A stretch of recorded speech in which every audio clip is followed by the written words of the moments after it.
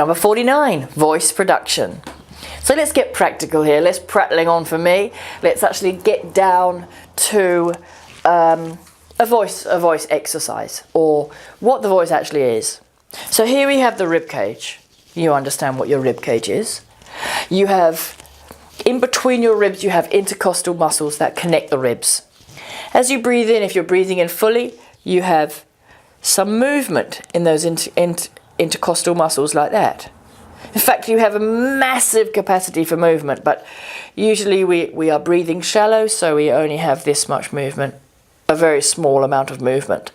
And so this whole capacity of the rib cage needs to be loosened up. It is the area inside that's going to be resonating these sound waves. So attached to the rib cage all the way round is the diaphragm, what's called the diaphragm. One of the biggest muscles in the body, as well as the gluteus maximus, or it's debatable whether it's bigger than the gluteus maximus, which is your bum muscles, but you get the picture. It actually separates the top and bottom, or the heaven and earth of your body is separated by the diaphragm. Diaphragm is so important. Now, what the supported breath is, or the supported voice, is actually supporting your outward breath with the diaphragm. That's this plate-like muscle attached to the ribs all the way around, and also your intestine muscles just underneath, or the muscles just underneath the diaphragm. Now, what you're going to be aiming for, and all of the voice exercises you do with me are based around supporting the outward breath, breathing in fully to your rib swing. If you breathe in fully, you can actually feel the edge of your diaphragm moving out as you breathe in. Then you're going to create this big space within and open your throat. So we do lots of exercises around relaxing your jaw, relaxing your whole throat area. And once you have completely relaxed this whole area here, which can get tense because of stressed thoughts create a lot of tension in the whole shoulder area here. So you need to become aware of that as an actor. What is your relaxation? What does it look like? Okay, so then you're going to breathe right the way down into the diaphragm, a full breath. As you breathe in, the diaphragm goes flat.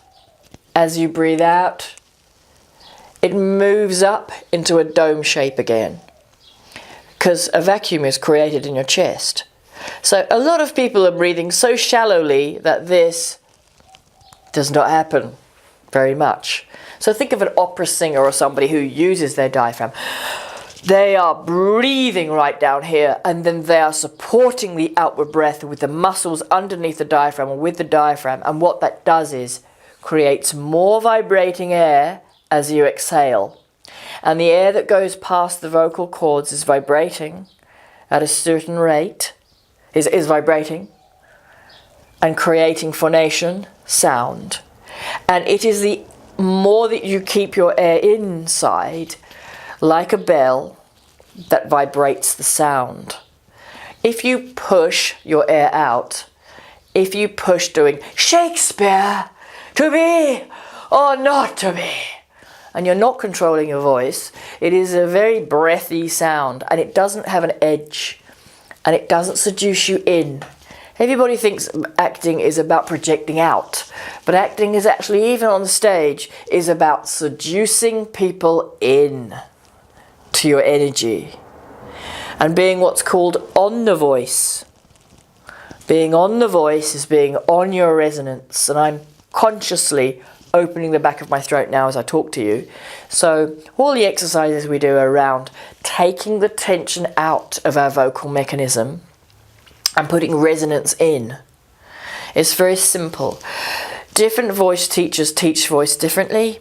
I've always just taught voice in the very practical way that I was taught it, as I think it's really useful to know and understand the basics of voice before we look at accents and how to change your voice, and phonetics, which is also part of speech training. That's not something I teach, actually, phonetics, but I do work with accents because I'm very, very interested in them. Thank you.